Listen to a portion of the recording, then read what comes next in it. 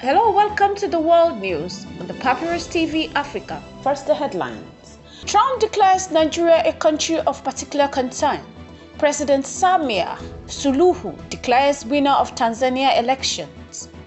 U.S. Embassy clarifies visa status of Wole Soyinka. UN Security Council backs Morocco's Western Sahara Plan in division vote.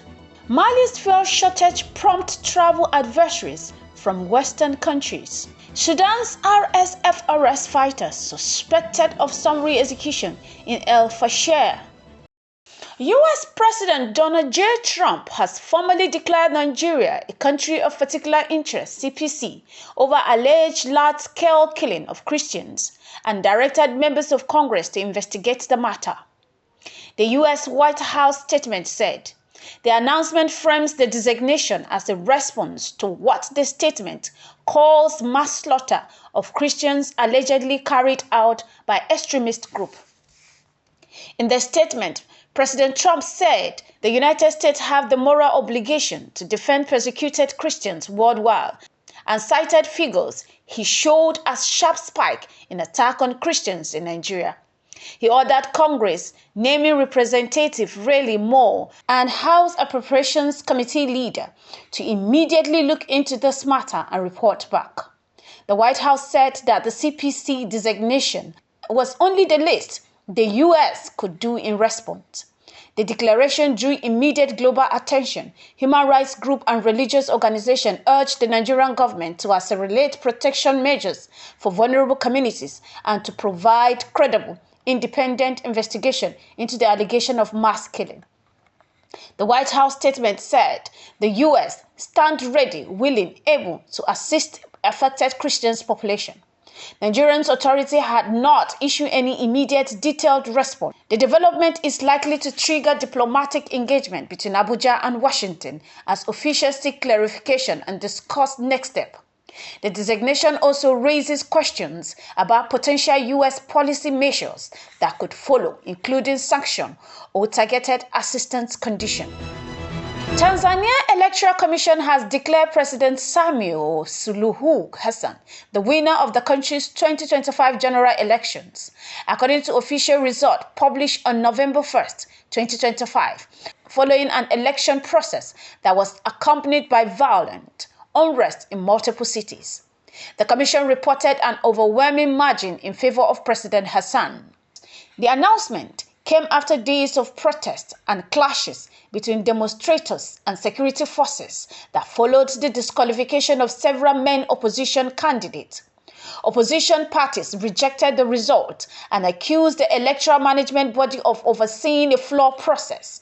Opposition spokespersons provided dramatically higher counts of casualties from the unrest than independent monitors could immediately verify, alleging scores of hundreds of deaths in cities such as Dar es Salaam and Mwanza. At least one rights group reported receiving credible information of significant fatalities. The vote and its aftermath saw large-scale mobilization in urban cities.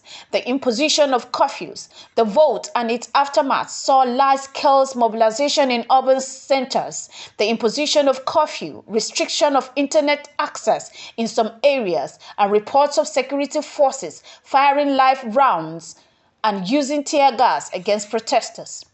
The opposition urged the establishment of a traditional government and fresh elections, while the president's camp described the outcome as legitimate and binding under the country's law. International responses were mixed or caution in the immediate aftermath. Human rights organizations call for the independent investigation into reports of excessive force and high casualty figures, and some foreign missions issue travel warning and urge restraint by all parties to prevent further bloodshed. The situation remains fragile as counting finalization, legal challenges, and diplomatic engagements continues. Following the wild media coverage that suggested Nigerian Nobel laureate Wole Soyinka had his U.S. visa revoked, the U.S. Embassy in Nigeria issued clarifying comments indicating officials had engaged with the matter and sought to correct misunderstanding about his visa status. The embassy's statement aims to clear the air after conflicting reports circulated online and in the press. According to the embassy's clarification, the situation involves routine visa administrative processes and did not amount to an arbitrary or punitive revocation without cause. The statement emphasized that the embassy communicates directly with affected individuals and that processes for visas follow established procedures. The report noted Soyinka's status as a globally known playwright and academia and said the embassy was committed to providing factual information. The development prompted responses from Nigerian cultural and academic circle who call for transparency and swift clarification if there were any outstanding consular matters. Soyinka's supporters urged that any restriction affecting a figure of his international standard merited public explanation. The embassy response was meant to calm speculation while the matter, if unresolved, proceed through normal consular's channel. The United Nations Security Council approved a Moroccan-backed plan for Western Sahara in a divisive vote held on November 1, 2025, reconfirming support for a negotiated political process while exposing sharp disagreements amongst council members over the way forward. The resolution reflects renewed international engagement with protracted territorial dispute. The adopted text welcomed effort to move the Western Sahara issues into a new phase of negotiation and supported proposals emphasizing autonomy under Moroccan sovereignty as a basis for settlement. However, the vote revealed divisions within the council, with some members voting against or abstaining, signaling concern over inclusivity and the prospect for a settlement acceptable to all parties. The resolution called for sustained diplomatic effort and expanded UN facilitation. Representatives of parties to the dispute and regional organizations reacted to the votes with a mix of cautions, optimism, and skepticism.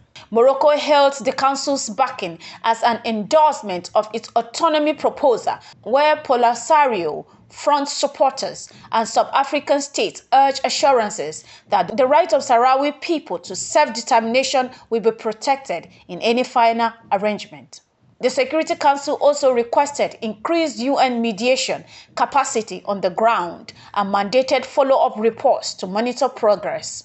Diplomats said the coming months would test whether the political will exists on all sides to translate the Council's text into a durable intercommunal settlement. Western embassies and foreign missions have issued urgent travel and safety advisories for their citizens in Mali as the country's fuel supply crisis deepens, with arms groups having disrupted key supply routes to the capital Bamako, causing long queues of petrol stations, soaring black market prices, and strains on essential services. Several governments warned that fuel shortages could affect the availability of taxis, public transport, and emergency services, and advised caution when traveling between cities. The advisories urged foreign nationals to maintain sufficient supplies, limit non-essential travels, and follow guidance from local authorities, while the Malian government and international partners sought ways to reopen supply lines and secure alternative routes. The blockage of fuel convoys, reportedly carried out by an armed group on routes linking Mali to coastal import hubs, exacerbated logistical difficulties for hospitals and humanitarian organizations, which rally on fuel for generators and distribution trucks. Authorities said they were taking measures to protect convoys and exploring alternative corridors, but warned that shortages could persist until security guarantees were established. The adversaries also underscored the fragile security environment in Mali, where recurring insurgencies and criminality complicate supply restoration. Western missions urge expatriates and business operators to register with their embassies and keep abreast of official communications as contingency plannings continue. Commander of Sudan Rapid Support Force (RSF) have announced the arrest and detention of several fighters suspected of carrying out summary execution and other grave abuse during recent operation in El Fasher. not Darfur, where reports documented mass civilian casualties and widespread destruction. The RSF statement framed the arrest as part of an international disciplinary response. The detention followed mounting evidence from witness testimony alleged that fighters operating in and around El Fasher were involved in the extrajudiciary killing of civilians and attack on non-combatants.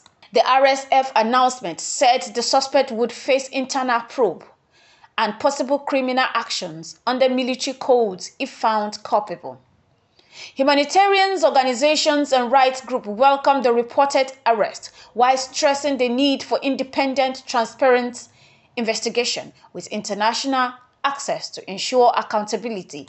Aid agencies highlighted the urgent humanitarian needs of civilians displaced by the fighting and called for safety corridors to deliver food, medical care, and shelter to affected populations. The development in El Fasher add a mounting body of allegation about atrocities in Darfur since the escalation of hostilities, intensifying international pressure on both RSF and Sudanese armed forces to allow impartial investigators and to protect civilians. The situation remains volatile, with large numbers of displaced persons seeking refuge in neighboring localities. This is the Papyrus TV Africa.